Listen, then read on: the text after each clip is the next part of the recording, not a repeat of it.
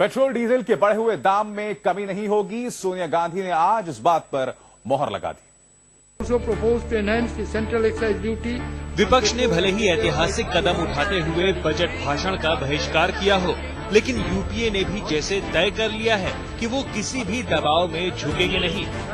तभी तो पहले प्रणब, फिर मनमोहन और अब तो सुप्रीमो सोनिया ने भी साफ कर दिया है कि देश की विकास दर बढ़ाने और अर्थव्यवस्था मजबूत करने के लिए बढ़ी हुई कीमतें वापस नहीं होंगी।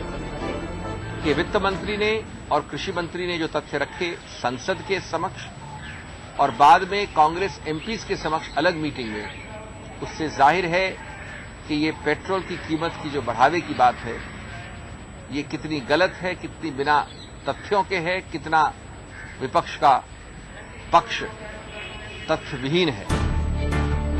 सोनिया ने संसदीय दल की बैठक में महंगाई का मुद्दा भी उठाया और कहा कि खाद्य पदार्थों के बढ़ते दामों को रोकने के लिए हमारी सरकार भरपूर कोशिश कर रही है।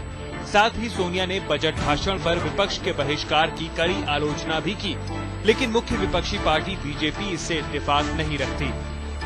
विपक्ष ने बीजेपी के नेतृत्व में सरकार को घेरने के लिए हमने कोशिश किया और सरकार को कटघरे में खड़ा कर दिया।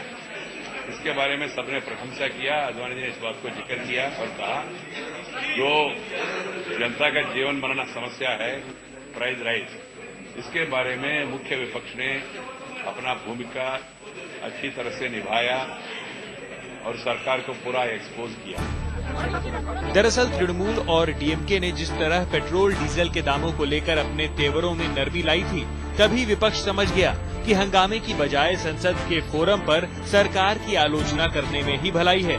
इसी से सबक लेकर विपक्ष अब संसद की कार्यवाही में रुकावट पैदा नहीं कर रहा। राजनीतिक तौर पर ये साल ऐसा है जब कांग्रेस को किसी बड़े राज्य में कोई बड़ा चुनाव फेस नहीं करना है।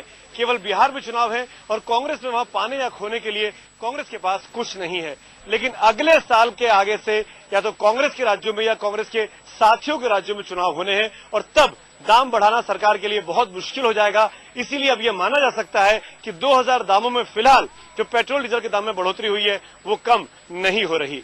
सुमित अवस्थी, दिल्ली, आज तक।